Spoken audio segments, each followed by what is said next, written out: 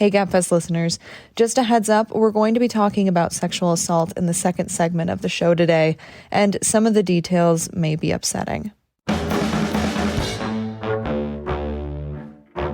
Hello and welcome to the Slate Political Gabfest.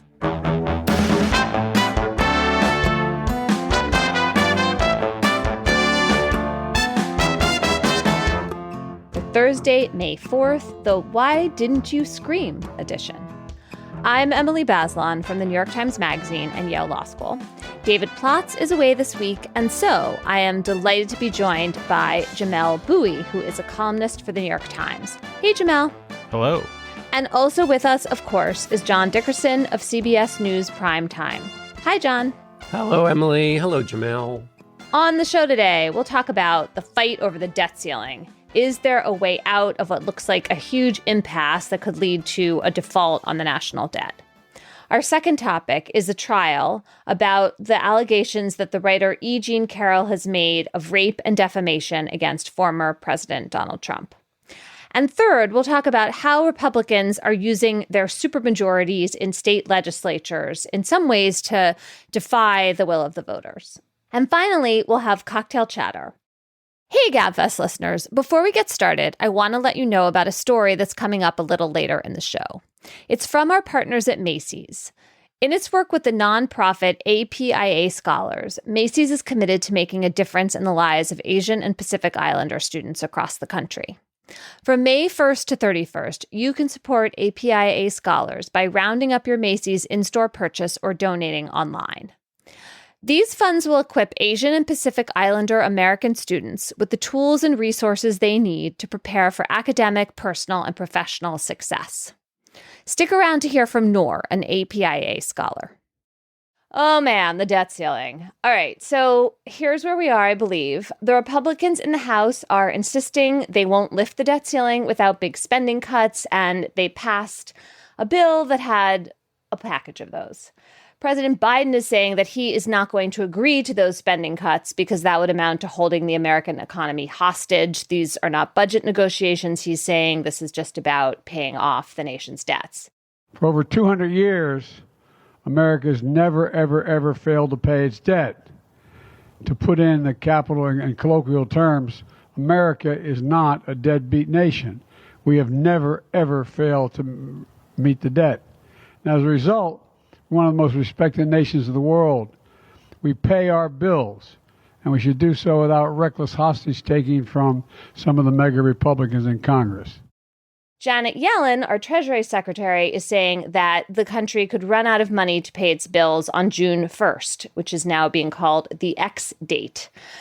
And so, as all of this drama swirls, Biden has invited Republican House Speaker Kevin McCarthy and the other top three congressional leaders for a sit-down discussion next week. John, let's start with you. What are they going to talk about, and what is the most likely way out of this impasse?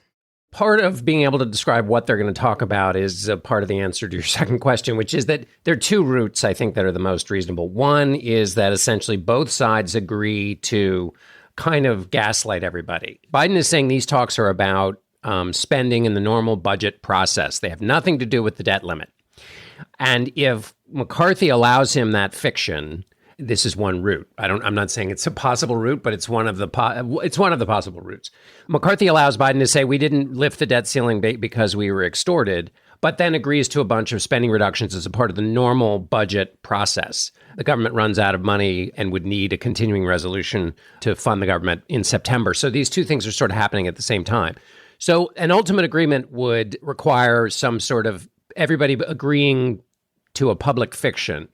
Now, that's really complicated because the actual spending reductions, they're huge. There's a huge gap between the House position and the White House position, but that's one way this could get resolved. The other way it gets resolved is there's a discharge petition that the Democrats have put forward. All you need is 218 votes in the House to pass a discharge petition for a clean debt ceiling increase. That would require needing 5 Republicans for the Democrats.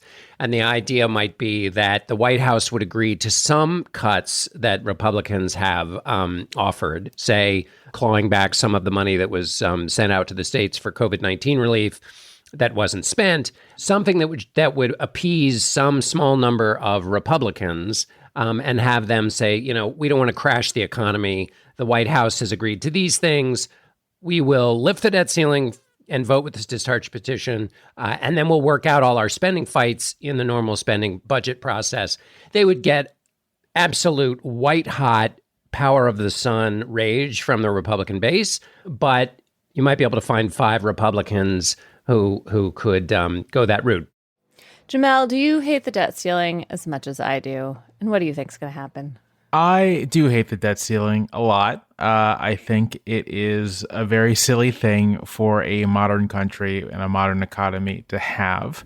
I have no idea what's going to happen, but I do think it's interesting that people are talking seriously about the idea that the debt ceiling itself just might be unconstitutional, which is a view that I have. Typically, when people talk about this, they talk about it in terms of the 14th Amendment and Section 4 of the 14th Amendment. Very, very quick history of this section. It's basically a response to political fears after the Civil War that if former Confederates got back into Congress, what they would do is they would repudiate Union debt, meaning Union debtors couldn't get their money back because the Union had done that for Confederate debt. They basically, Confederate debt is invalid, doesn't count anymore. And so to prevent that from happening, this is inserted into the 14th Amendment during the drafting process. And so a lot of the argument is like, well, this is a very clear instruction that like you simply cannot call the public debt into question. There are legal scholars who have argued, drawing on opinions later from the Supreme Court, that the public debt, that clause should be considered in very expansive terms, that the validity of the debt of the United States is then brought into question whenever the government takes an action that might suggest that it won't honor all of its obligations. And I think that's all right. But I also think it's worth saying that there is another way to approach the constitutional question, which is that the debt ceiling essentially gives the president 2 contradictory instructions. So Congress passes a budget. It's signed. That budget is law. The president has to fulfill the terms of that budget. The president can't decide that he's not going to spend money on one thing, that he's going to raise taxes for something else. The budget, clear instructions the president has to follow. And any discretion is discretion that Congress has to give to the executive branch in one way or another. The debt limit says you cannot issue additional debt past this point to cover obligations already incurred. And so if to fulfill the law as written by Congress, the president has to issue debt, but can't because of the debt limit, this essentially forces the president to do one of 2 unconstitutional actions: unilaterally cut spending or unilaterally raise taxes. And I don't think that Congress can issue that kind of instruction. Congress cannot issue an instruction to the executive branch, essentially saying you have to violate the Constitution to fulfill obligations that we have placed on you. The question, the gamble, I think, for the White House would be, this would be a single act by the president's side. So it would be all on the president's shoulders. And while this is being worked out in the courts, where even if the arguments are strong, he could still lose, just because who knows who the court is and all of that. And then all of the economic calamity that takes place, if it does take place, because the markets are going to have a say here about whether they agree with this interpretation of the Constitution, it all falls on the president's shoulders. And all the arguments will be lost because, the attention economy will kick in and everybody will just be calamitous. I think there's also a possible second downside, which is what happens to the debt that's issued in this period between the White House, when the White House is litigating this through the courts? Does it get downgraded because ultimately, if the courts decide that this debt that was issued post-debt ceiling was not valid, then the value of that debt, which creates just lots of noise in the markets. And we've seen that the markets, although oddly, with respect to the debt ceiling, the markets have been pretty chill. But when the markets decide not to be chill, everybody goes nuts. We saw that with the banking. We've had the, massive collapse of banks as a result of everybody not being chill. That's not the only reason, obviously. I mean, I think it's short-term pain and then possible long-term benefit. I just also, there's law on your side, Jamelle, and then there are also constitutional scholars who are really skeptical, partly just because this has never happened before, partly because it's Congress that has the power in the Constitution to tax and spend. And this is arguably the president stepping in and taking it away from them, just noting that devil's advocate position. Right. No, I think that practically this is not going to happen, but I do think it's worth sort of just like asking the question. I'm glad people are beginning to ask the question seriously. Like, can Congress even do this? Like, does this constitute like a power Congress even has? Because it's weird, right? Like, you pass a budget and sort of implicit in that is, well, you'll just have to spend whatever you need to spend to fulfill the terms of it. And so it's strange to then say, oh, well, we're we're going to make you do this, but then also you're limited in whether you can do it a particular way. And the reason why this hasn't come up is in part because, like, for most of the history of the debt ceiling, it has not been used as this negotiating tool. It's just been sort of like a thing that you do. I feel the same way about the gazillion-dollar coin, like minting the crazy coin. And part of me wonders that if Biden just went ahead and did this, if there'd be a huge, flurry of like, oh my God, and then everyone would settle down and we would have a new norm. And, I think in a lot of ways it would be like a big sigh of relief. So the $1 trillion coin, which in theory can just be a small coin. I think if you do that, you have to actually make a comically large coin. It has to be like a publisher's clearinghouse sized coin. And I think in a funny way, I think politically Biden cannot really take that option because it's sort of like it fits in with stereotypes about democratic governance. I actually think in a funny way, the only president who could have done that and gotten away with it is Trump. Like, it feels like a very Trump thing, right? Sort of like, oh yeah, we'll just resolve this by making a big coin. Anyone want to take a bet on how this ends? I do like to gamble. You mean the constitutional gamble? Yeah. Escape hatch, right, Jamelle? Yeah, no, I kind of think, John's first, they're going to play a bit of K-Fabi, is that how you say it? And everyone's going to like pretend to get what they wanted out of this is probably the most likely thing. It allows everyone to save face, but I don't know. But then they have to agree on something, don't they? They have to agree on something. And then probably the chaos entrepreneurs in the House Republican Conference will increase their standing in the world and their ability to fundraise by saying, this is all, they're trying to gaslight us. This is not what we wanted. This is the same kind of fakery that we, have always stood against. So if that happens, then McCarthy has to go, okay, what we're going to pass is going to pass with Republican and Democratic votes, which then makes his job, if you want to be histrionic about it, is on the line here because, any one of these members could challenge his speakership. Now, you'd have to have somebody to replace him, et cetera. But, it gets pretty ugly going down that road, even if Biden and McCarthy could agree to something. One of the amusing side dramas is that Mitch McConnell, who Biden really would prefer to negotiate with, because McConnell and Biden have done this before. In 2011, Biden and McConnell negotiated to get to the end of that debt ceiling crisis. It pissed off Harry Reid so much so that he forced Obama to not let Biden negotiate anymore with McConnell on these things. That, Biden would like to bring McConnell in, but McConnell doesn't want to be brought in because McConnell has no ability to tell Marjorie Taylor Greene what to do. So getting involved will only be a huge headache for him, even though his sympathies probably lie with Biden in terms of not crashing the economy. Slate Plus members, you get bonus segments every week. You also get extra benefits, like you won't have to hit the paywall on the Slate site, and you'll get bonus segments on other Slate podcasts. Today, John and Jamelle are going to share with us their latest cooking wisdom. It's going to be excellent. I am going to learn a lot. So please go to slate.com/Gabfest Plus to become a member today.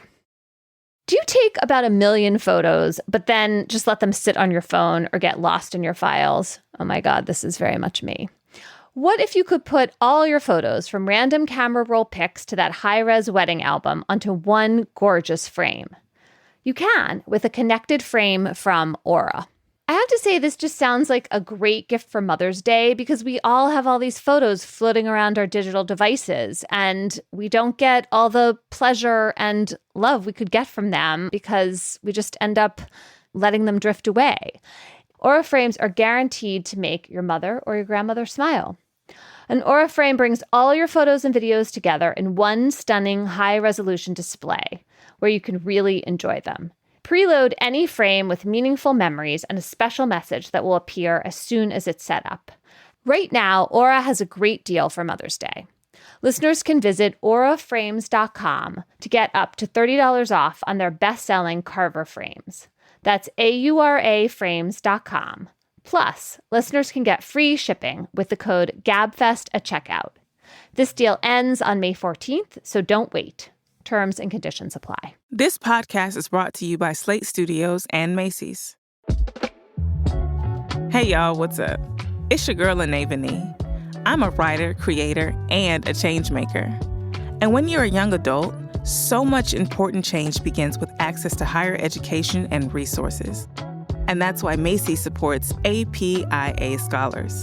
It's a nonprofit devoted to the academic, personal, and professional success of Asian and Pacific Islander Americans. And it's on a mission to support young adults like Noor. My name is Noor Ali, and I am an APIA scholar. The way that I grew up, I was a low-income first-generation college student. APIA Scholars played such a big part of my undergraduate career. The scholarship actually gave a really good boost to my savings and just made me not worried about any unexpected costs like my laptop breaking or me needing a new textbook. I've been able to get a mentor through the APIA Scholarship Mentorship Program who has been guiding me through graduate applications. My goal is to pursue a doctorate in clinical psychology with a focus on mental health for Asian Americans and other underserved communities. When you round up your Macy's purchase, you're not just supporting APIA scholars, but you're supporting the Asian American community. Now's the time to support APIA scholars like Noor. This May, Asian American Pacific Islander Heritage Month. When you round up your purchase at Macy's or donate online, you'll help fund access to leadership development programs, mental health support, and peer mentorships through APIA scholars. Give back and learn more at macys.com/purpose.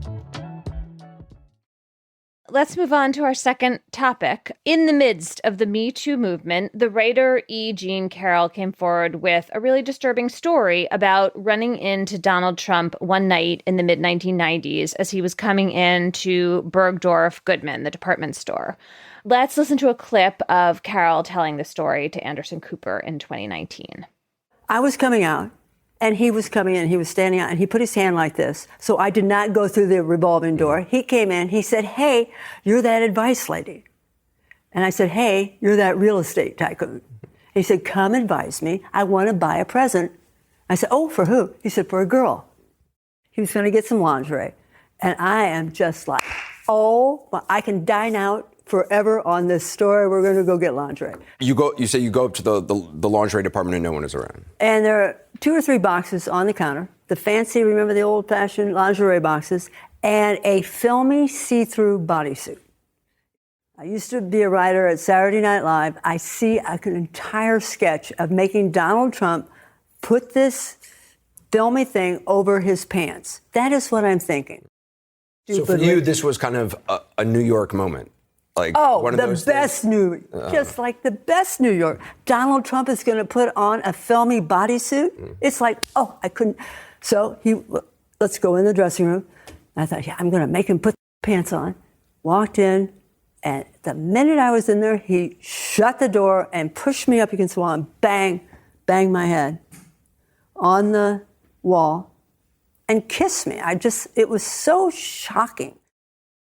So he pushed me, held me with his shoulder, and I was wearing a coat dress and tights, and he pulled down the tights. And so that's he pulled it with both hands, with one hand? One. And that was when it turned serious. I realized that this was a fight. So usually allegations like these that are made many years later would not get a hearing in court. But last May, New York passed a law that gives adult victims of sexual assault a one-time opportunity to file a civil case, even if the statute of limitations has long ago expired.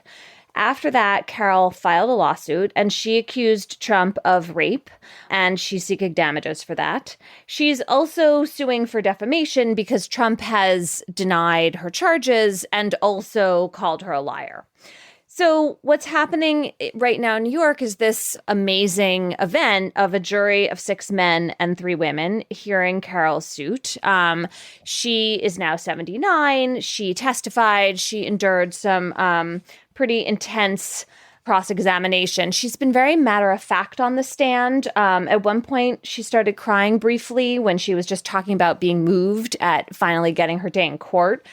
And then she, got herself together and she said, I don't want to sit here and cry and waste everybody's time. Jamelle, what do you make of this trial? What are you paying attention to in it? I mean, obviously, Trump is not going to show up. He's not going to testify. And there's not going to be any of that. I'm just sort of curious to see how the Trump camp does ultimately respond if Carroll ends up winning her lawsuit. Like, it really is new territory to have a former president, and at this point, presidential candidate, be on the hook be legally liable in this way, and then have essentially a jury agree that he probably sexually assaulted this woman and owes her for it. I mean, I don't think it's going to necessarily harm his political chance or harm his chances within the Republican Party or anything. But I do think it is like truly unknown territory for American politics for a president to have this, a former president to have this kind of strike against them. So for me, it's like I have no predictions. I have no sort of like grand theory. I'm just like genuinely interested to see how this all plays out because it's very unusual. What I thought was striking about this case is not just E. Jean Carroll's claims, but the 2 other women who were brought to testify. And can they do that because it's a civil case, Emily? I always thought that in cases, and maybe this is only in criminal cases, but that other behavior kind of always gets knocked out of the box. It's not just a civil case what's happening here. It's the idea that evidence that shows a particular pattern of wrong behavior that is directly relevant to the charges at issue, whether they're civil or criminal, that's an exception. You're totally right, John, that like when someone's on the stand for murder, you usually can't bring in their string of robberies that are from another time or date unless they're on the stand and it comes up, they bring it up, and then you're allowed to bring it in to impeach them as a witness. Pattern evidence is different, though. And as you were saying, like these 2 other women, as well as the jury heard the Access Hollywood tape, all of this is about, well, does Donald Trump have a history of this kind of conduct? It's not proof beyond a reasonable doubt. In a civil judgment, you don't have the same kind of really high standard for finding guilt. I mean, you even don't necessarily think of it as guilt because you're not talking about criminal guilt. And do you think the defamation piece of it's harder to prove, separable, or if the jury decides that this took place, then wouldn't that make defamation, the defamation would have had to take place because Trump said something that he would know to be not true if the jury's decided that the thing is true? Yeah, I mean, the standard for defamation is usually really high. You have to have reckless disregard for the truth or absolute malice. But if the jury thinks Trump did this, then it's hard to see how they wouldn't think that Trump calling her a liar was something that he knew he was lying about, which is a more complicated way of restating what you just said. And yet his numbers would go up. Well, I think part of the reason for that is this conduct being priced in, right? I mean, as much of a bombshell as Jamelle's right, this kind of is and should be, it also has this unsurprising element to it, right? I mean, there were many women who came forward before Donald Trump was elected who accused him of some kind of conduct that's related to this. I mean, this is a really stark rape accusation, and not all of the charges went that far. But it's not like we can't imagine this about Donald Trump. And so I think that's why you're both imagining that the political consequences would be minimal or else even helpful to him in the Republican primary, because it just adds to his witch hunt claims, right? I mean, that's what he's calling this. That's always what he says. The other thing I'd add just about how this might work out in the Republican primary, it's just that it hurting him would depend on other Republican candidates using it to go after him. And there's thus far like no indication that other Republican presidential hopefuls have any appetite for doing that. In a funny way, this is like kind of the exact coordination problem that helped Trump win in 2016. That as long as everyone else is going to keep their distance on this sort of thing, that itself neutralizes it, because voters, like people, I think quite reasonably take the position that, well, if no one's making a big deal about this, it must not be a big deal. And just an adjacent point to Jamelle's, I was struck by the CBS poll this week that asked likely Republican primary voters whether they thought Joe Biden had won enough legal votes in the right place to be the legitimate president. So this is the specific, was the election stolen question. 69% of Republican primary voters believe that.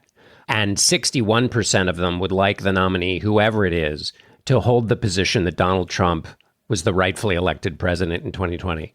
So if that is the brain space of the primary voters, they should be able to process this pretty easily without also, and it goes back to Jamelle's point, it's why no Republican candidates are raising, even Mike Pence, the issue that Donald Trump broke with his office in several critical ways in the months-long effort to overthrow the election. They won't even bring that up.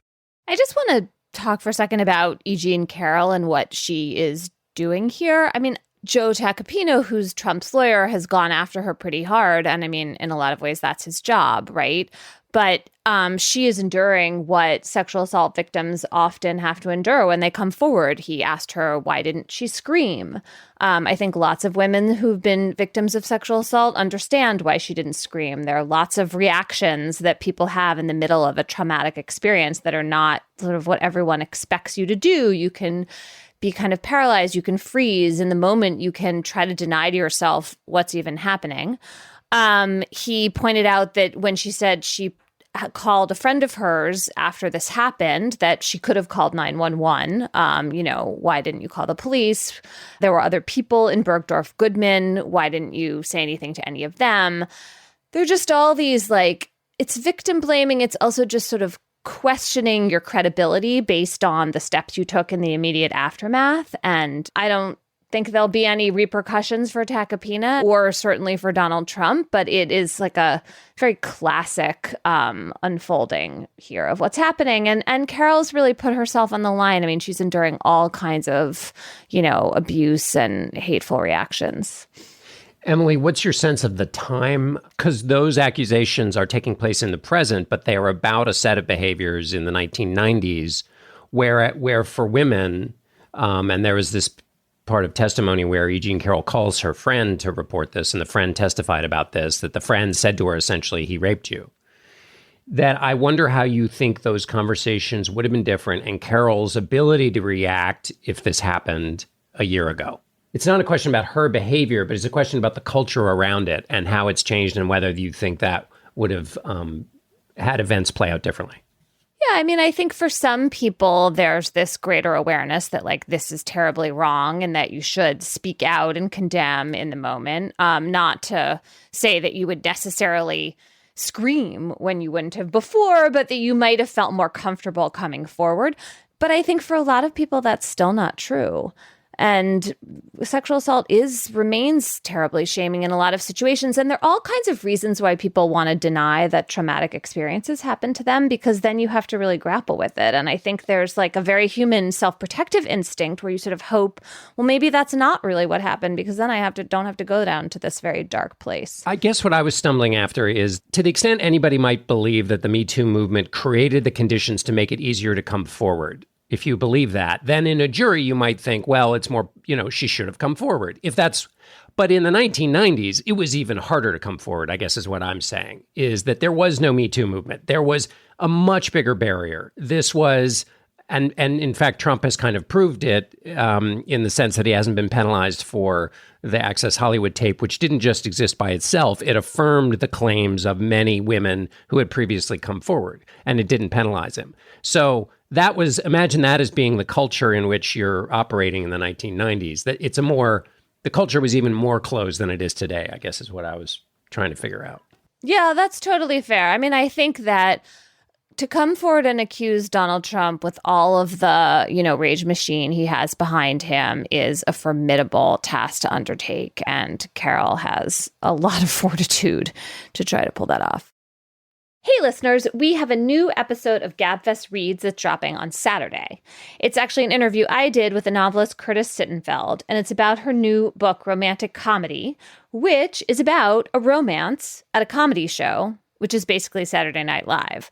It's a delightful book. I had a great time talking to Curtis. I hope you have time to listen. Are you tired of reading the same old boring news headlines? Tune in to Crooked Media's podcast, Hysteria, for all the unapologetically real and opinionated conversations about the news stories that you need to hear.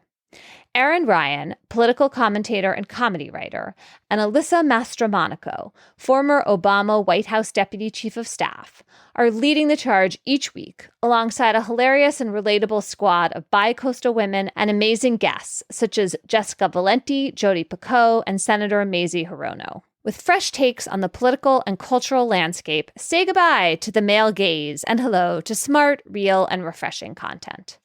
And don't worry about the tough news. Hysteria brings the laughs and just the right amount of petty to help you power through the rest of the week. Tune in for new episodes every Thursday, wherever you get your podcasts. Let's turn to topic 3. So, Jamelle, you have been writing a lot about how Republicans are using legislative majorities in various states to change the rules effectively so they can more easily remain in the majority or win other kinds of battles. And when I was reading one of your columns, I thought, okay, well, here are examples of a kind of familiar version of this kind of, rule tweaking. And then there's some newer stabs they're taking. So the familiar version is Cleta Mitchell, who's a top Republican lawyer. She's one of the people who was involved in challenging the November 2020 election results. She's telling donors to the Republican National Committee that, let's limit voting on college campuses and tighten the rules for voter registration and mail-in ballots. So, this is the kind of familiar play. But then there's this other thing happening, which is about changing the rules for ballot initiatives, right? Where you have Republicans in various states like Ohio and Missouri and Florida raising the threshold for what it takes to pass a ballot initiative. So you need a supermajority of voters. This is kind of new, I think, and I'm interested in it because historically ballot initiatives have been neither consistent friends to Democrats or Republicans, right? They get used in all kinds of ways. So I wonder, why you think this is the moment to mess around with the ballot initiative passage threshold. I mean, I think the reason is pretty straightforward. The ballot initiative has been one of the means through which voters who support abortion rights and Democrats generally have been trying to either enshrine abortion rights into state constitutions or stop initiatives that would revoke abortion rights, which is the situation in Kansas. But it's a tool to get these rights in the constitutions.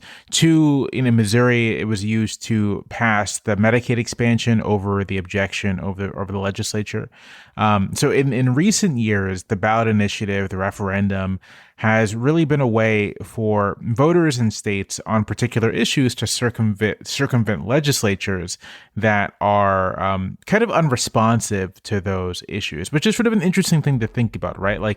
Even if let's take Kansas and abortion, even if most Kansas voters are conservative across the board, that doesn't necessarily mean that they buy into the full package of beliefs that comes with being a Republican lawmaker, right? Because that package of beliefs is a result of interest group pressure. It's a result of the particular factions and interests, whatever, that form the Republican Party, and they're not necessarily all coherent together. And so you might, as a voter, be like, yeah, I want the government not to spend very much money, but I think it's ridiculous to ban abortion, right? That's a totally coherent set of views to have that may not be represented in a legislature where the members are pressured by anti-abortion activist groups who have made the Republican Party the main vehicle for their goals.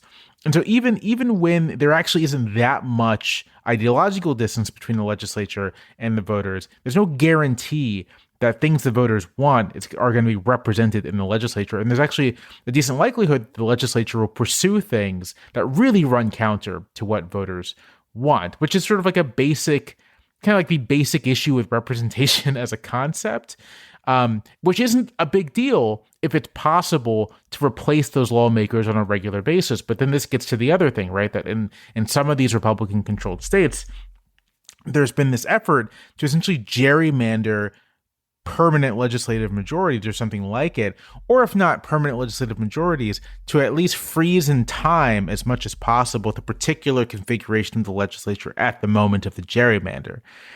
The majority of people might say, well, this legislature isn't representing our views, like in either way, in any way, and we're going to vote, a majority of us are going to vote for the other party that will. There's no real correspondence between your vote and the actual distribution of seats in the legislature.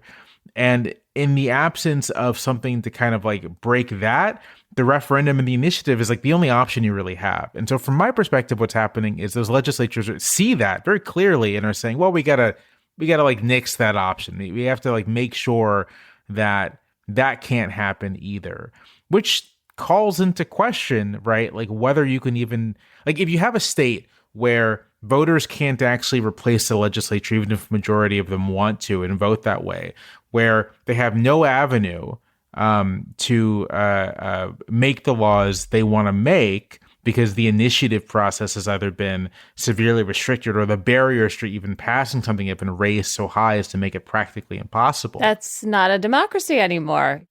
Right. It's not. I mean, this really struck me because it's such a good example, Jamelle, of exactly what you're talking about.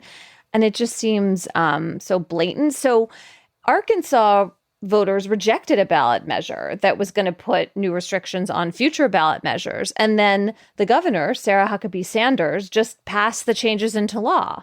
So essentially, you're just like contradicting the will of the voters because you can. And obviously, the only way that practice like that ends is if there is an electoral penalty for it, if the voters throw you out the next time. But I think these kinds of, structural, procedural moves, however bad they are, it's rare to be directly punished for them because they always seem kind of wonky. Jamelle, do you see any political consequences for Republicans for doing this?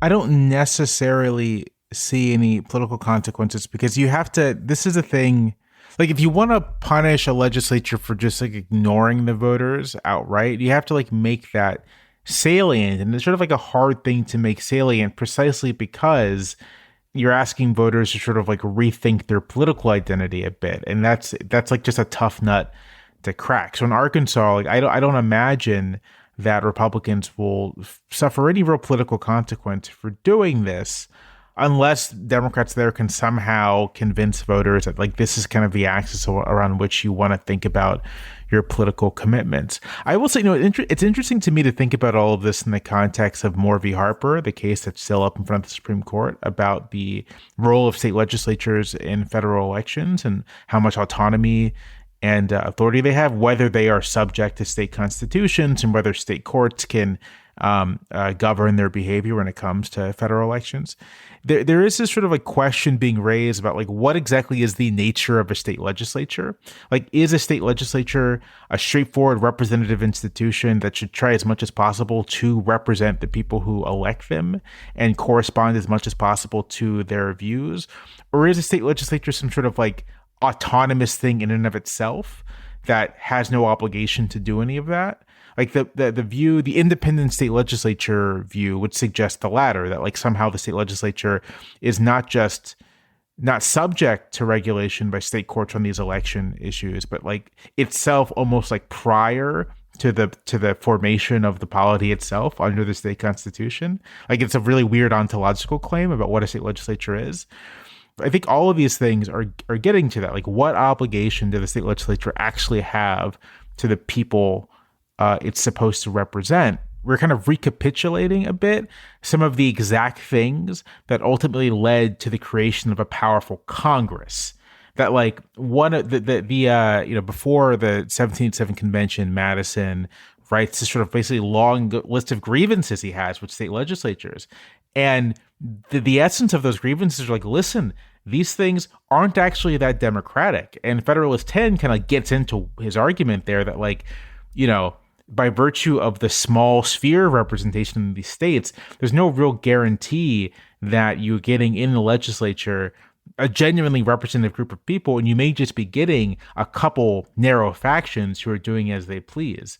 I think it's interesting to like look at all of this in that context of sort of like state legislatures, some of them at least, like really radically removing themselves from the people they're supposed to represent, which like runs counter to, I think, a lot of the civic mythology we're told about state legislatures, which they are the closest to the people, that they're the most representative, et cetera, et cetera. And I think what we're seeing is that because states themselves, I mean, this is a whole other, states themselves have this sort of ambiguous status with regards to their sovereignty in the American system. Like, how sovereign are they exactly? Because of that, and because we do give quite a bit of power to states, even in the current, you know, configuration of the American government, where the national government is quite strong, there is all this leeway for states to kind of just move, again, radically away from the public they represent. And I don't think that in terms of like partisan politics, I don't think anyone's like really prepared to think about what that means in terms of people's actual ability to be represented, and to have their views count, and to have their votes count, frankly, just like for their votes to actually matter.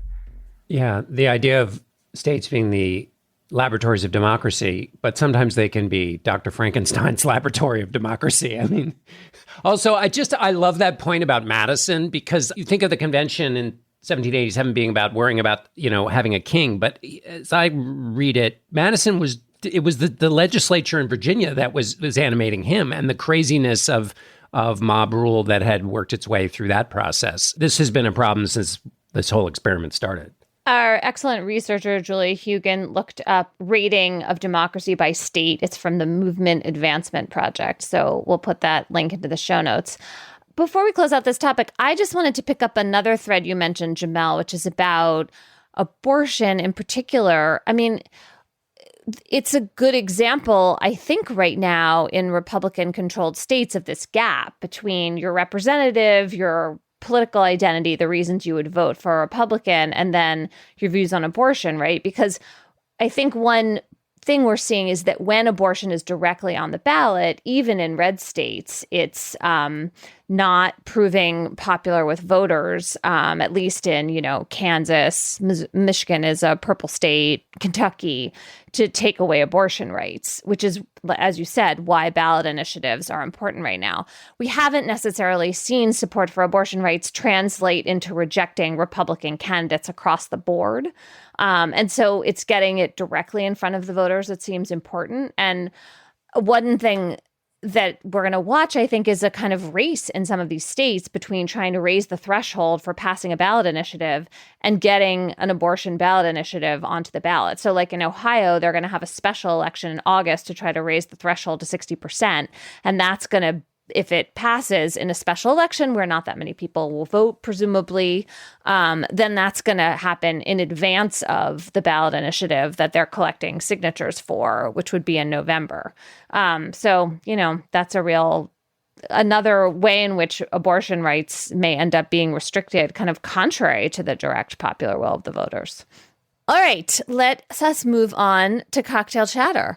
Jamelle, I don't know when you're going to have the time to be drinking this weekend, but surely there'll be some moment of leisure where you're being completist about some movie director, or doing some other excellent cultural activity in which you will want a drink in your hand. And what will you be chattering about as the movie loads? You are right to note that I'm going to be being completist about some director.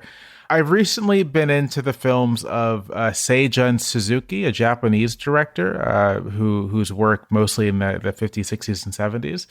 And, you know, this is, I feel like, as I say this, like, oh, this could be some highbrow thing. But Suzuki is the opposite of highbrow. He is almost like the lowest possible brow you could have. And he worked for one of these B-movie studios in Japan. They kind of just like cranked out stuff, generic scripts, cranking things out. And he got bored doing this. So beginning really in the early 60s, he takes this approach where he's like, well, what if I take one of these scripts and take out everything that's boring, everything that isn't directly related to action or mayhem or chaos, and then I shoot that. And the result are these movies that are genuinely unhinged and are super dynamic and incredibly fun, but like kind of incoherent because they have no real narrative through line. It really is just sort of like a set pieces and images pulled together by action. And he's usually described as sort of like jazzy. It's very sort of like improvisational. And so I a while ago had bought a restoration of one of his most famous films, Tokyo Drifter, which is like this 67-minute film, maybe 75 minutes, like very short. It's bright, it's colorful, it's like neon, and it really is just sort of like pure chaos. And it's so much fun to watch. And Criterion has a bunch of his films on streaming now. They just released a big restoration of his most famous film, which is called, and these all have great names, called Branded to Kill, starring Joe Shishido, who's like a very recognizable Japanese star of the 60s. And I'm looking forward to watching that. But that's what I'm kind of like into right now. Just these very absurdist almost like action thrillers from the 60s that like were made specifically with the intention of like, can I get a generic script and just make it absolutely flabbergasting to audiences? And it's like exactly in my wheelhouse. All right. I love that. John, how about you? Drink in hand. What are you going to be chattering about this weekend? You know, sometimes when you're reading either old broadsheets or the language of some of the framers in their letters, the 97-word sentences that backwards running to the beginning go can get a little tiresome late at night when you haven't.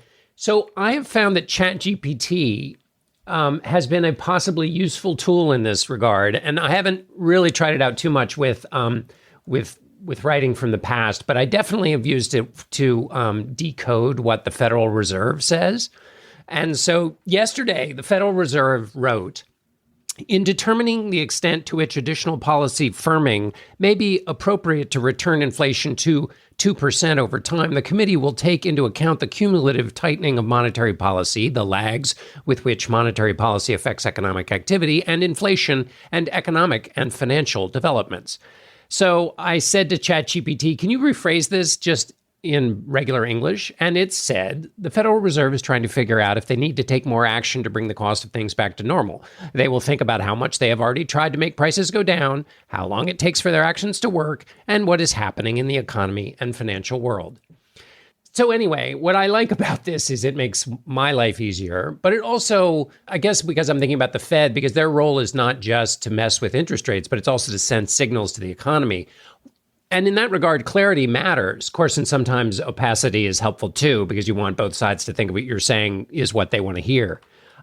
Anyway, but if you find yourself with a particularly tricky passage in front of you, take it over to ChatGPT and just ask it to explain it, and it will at least help you get somewhere further down the road. Yeah, I mean, I think it's what ChatGPT so far is best at. It's like summarizing, or, I mean, this is, I guess, more than summarizing. It's actually like offering an analytical or just sort of a simplifying version. But I think this, like, it's like you can take all this copious material and get it to like summarize it for you or tell you the best quotes or whatever. And when it summarizes it incorrectly, that's super useful too, because you're like, oh, it's missed this nuance. And it turns out that nuance is either important or, that nuance was just a huge hurdle to the pure meaning of what they were trying to make. My chatter this week is about a case in Texas I've been following. It's a lawsuit brought by an ex-husband named Marcus Silva against friends of his wife who he says helped her get pills for an abortion.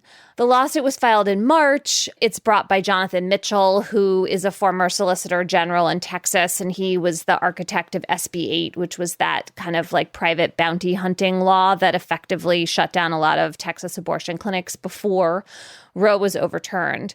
This week, the friends of Silva's ex-wife filed their answer to this lawsuit, and they also countersued for invasion of privacy. And what interests me here is the kind of pitting of two sets of legal values against each other. So Marcus Silva is suing for wrongful death. He's saying that his fetus, it counts as a person who was murdered. And so he has this claim for damages. He's suing each of the women for $1 million.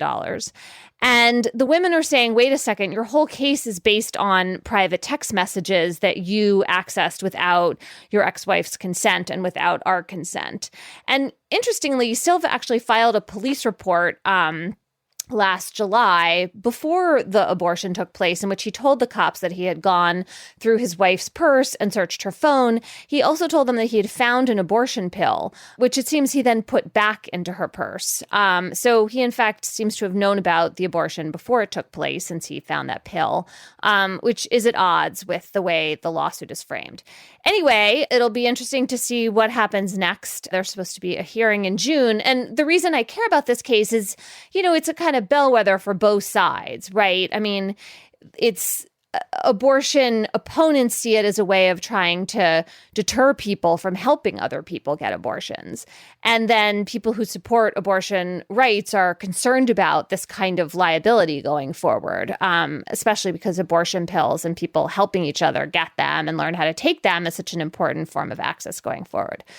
And we have some great listener chatter today from Ted Hogeman. Let's listen. Hi, this is Ted Hogeman in Washington, D.C. Last weekend, my wife and I traveled down to Richmond, Virginia, and while we were walking around downtown near VCU's campus, we passed a strange metal building. On a whim, we decided to go check it out and learn that it was the Institute for Contemporary Arts at VCU, a free art museum. There were several striking pieces at the ICA that caught our eye, with my personal favorite being a series of magnetically levitating sculptures that made it one of the most fun experiences we've had in an art museum in a while. But that's not even the best part. Tucked at the back of a gallery on the second floor, we found what we first thought was an office space, but quickly learned was actually the Community Media Center. And I wanted to shout out Logan Cooper of the Media Center for saying hi to us when we poked our heads in her door. The Community Media Center is a recording studio and a workspace that's available to the public and dedicated to helping people learn media production techniques and technology, including a podcasting class. It was inspiring to learn about because I believe that everyone has a story to tell, and public resources like the Community Media Center are such an important part of giving more people access to the tools to better tell their stories.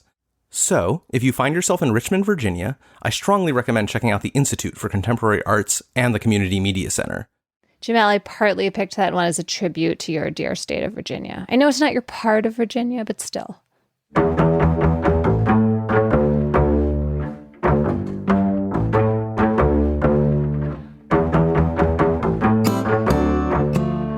That is our show for today. The Gabfest is produced by Shayna Roth. Our researcher is Julie Hugan. Ben Richmond is the Senior Director for Podcast Operations. Alicia Montgomery is Vice President for Audio at Slate. I am Emily Bazelon, and for Jamelle, Bouie, and John Dickerson, thanks so much for listening. We'll talk with you next week.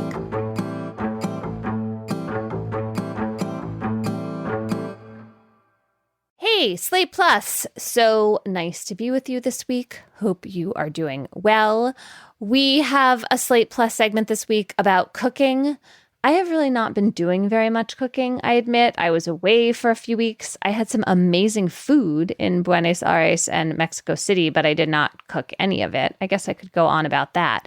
But what I'm really hoping for is that Jamelle and John, but especially Jamelle, are going to share with us whatever latest dishes they are dreaming up. Jamelle, do you have a cooking riff you can go on? I think I do. I'm actually just looking through my... While Jamelle's looking, shall I just give the only thing I have to say other than questions to pose to him? Would you please, yes, add your bit of wisdom, whatever it is. And this is why I will have a future meta question for Jamelle and you too, Emily. But I think Jamelle is clearly, of the three of us, the much more devoted chef, and also puts a lot of thinking into it. It's not just he does it a lot, but he thinks about it a lot. Anyway, I discovered through my wife, who's an excellent cook, is taking pieces of bread and roasting a chicken on top of the pieces of bread, which creates these incredibly delightful, crispy, very crispy pieces of bread that are infused in a particular special way with all of the essence and genius of the chicken's flavor.